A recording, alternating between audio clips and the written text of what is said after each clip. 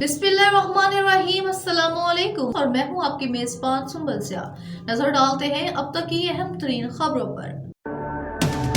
Hamas के सरबराह Yahya Sinwar 16 अक्टूबर को इस्राएली फौज से लड़ते हुए दुनिया से चल बसे।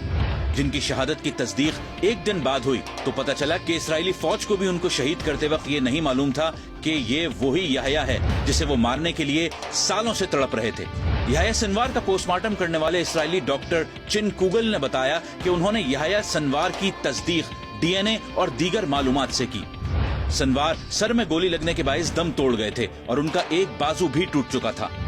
हमास के साबिक सरबराह की पोस्टमार्टम रिपोर्ट सोशल मीडिया पर वायरल है, जिसमें कुद्स न्यूज नेटवर्क और इस्राएली मीडिया के हवाले से सनसनीखेज इंकशाफात किए गए हैं। रिपोर्ट में बताया गया है कि याह्या सिनवार ने अपनी शहादत से 72 घंटे कबल तक कुछ नहीं खाया था। यानी ये कहना गलत होगा कि वो अपनी मौत के वक्त अपने घर में आराम कर रहे थे, बल्कि वो इसराइलियों से जंग लड़ रहे थे। हाल ही में मकबूजा फलस्तीन की मुजाहिमती तंजीम हमास के शहीद सरबराह याह्या सिनवार की आखिरी वसीयत भी सामने आई, जिसमें याह्या ने फलस्तीनी अवाम को डटकर इसराइलियों का सामना करने को कहा और ये भी कहा कि ये जंग बहुत से लोगों की तवक्को से ज्यादा तवील हो सकती है, लेकिन ये जंग जितनी बड़ी होगी हम आजादी के उतने ही करीब होते जाएंगे। ये हमारी जमीन से इसराइल के वजूद का खात्मा होगा।